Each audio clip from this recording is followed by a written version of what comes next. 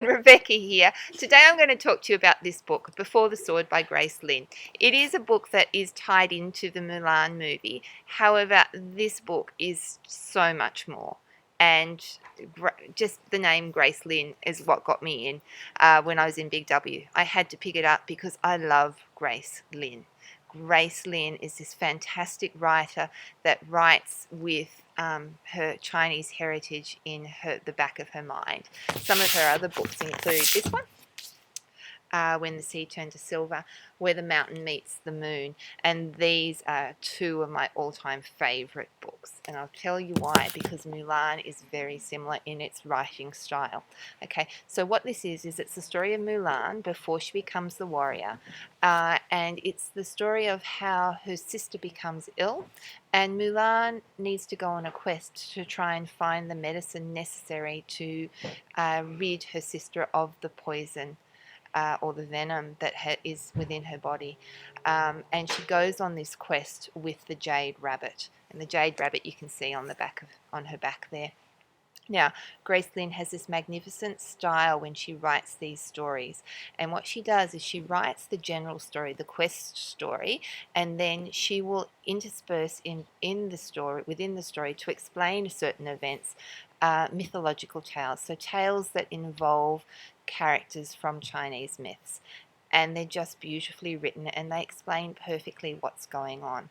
Now, this one's also a little different because it actually has the story three parts to it. So you've got the general quest, you've got the mythology story, and then you also have the tale from the perspective of one of the nemesis. So the nemesis is the white fox. She is the nemesis of the rabbit. But then she also has this servant who's known as the red fox, who is seeing things differently. Like she doesn't feel that she belongs, and it's telling her backstory and why she is the way she is.